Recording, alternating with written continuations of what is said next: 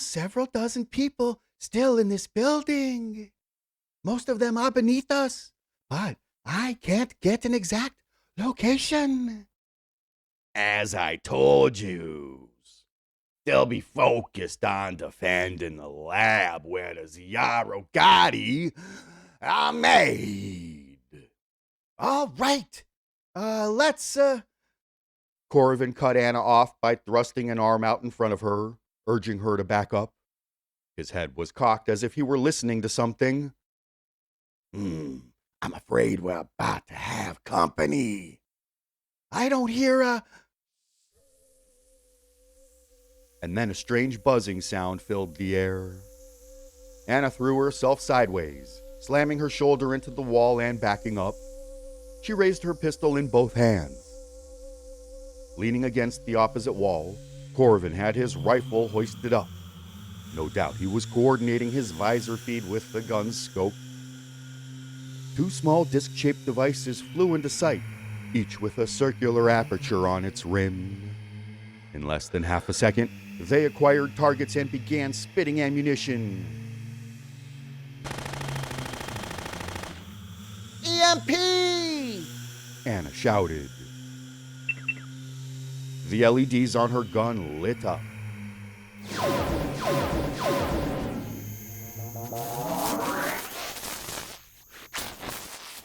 She fired 3 times, releasing a volley of glowing bullets that struck one of the discs with a flash of sparks. The drone fell to the floor, smoke rising from its ruined frame. Spatial awareness let her watch Corvin as he pelted the other one with several rounds from his rifle. That one went down as well. Is everyone all right?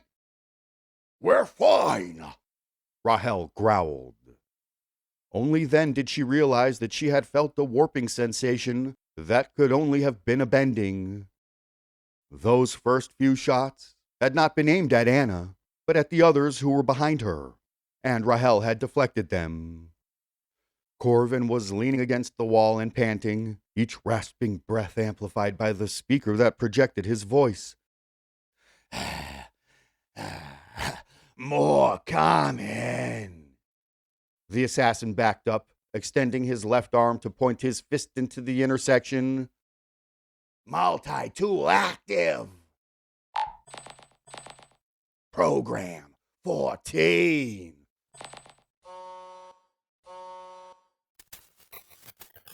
The disc on his gauntlet released a swarm of nanobots that latched onto the wall of the neighboring corridor.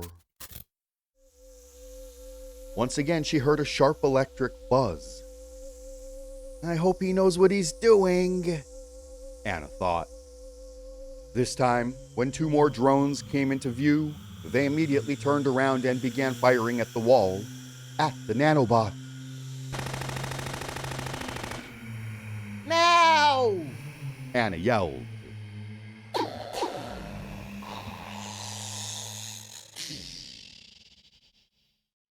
A storm of white tracers hit the drones from behind, pounding them until they fell to land atop their battered companions.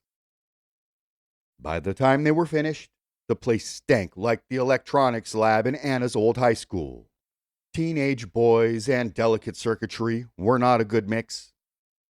Scorched plastic cluttered up the floor, requiring them to step carefully over burnt fragments. Kicking one out of his path, Corvin approached the door.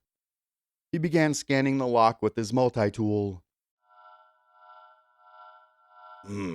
Yeah, I can fashion a key, but there are other security systems. Jack stood in the middle of the hallway with his pistol pointed down at the floor, his eyes fastened hard onto the other man's back. Weaponized nanobots? He said, eyebrows rising. I haven't seen those since, Ben, Anna whispered. Glancing back over his shoulder, Corvin let out a grunt of approval. Yeah, I studied some of Agent Laura Nye's schematics. The man was quite clever. I would have liked to have met him.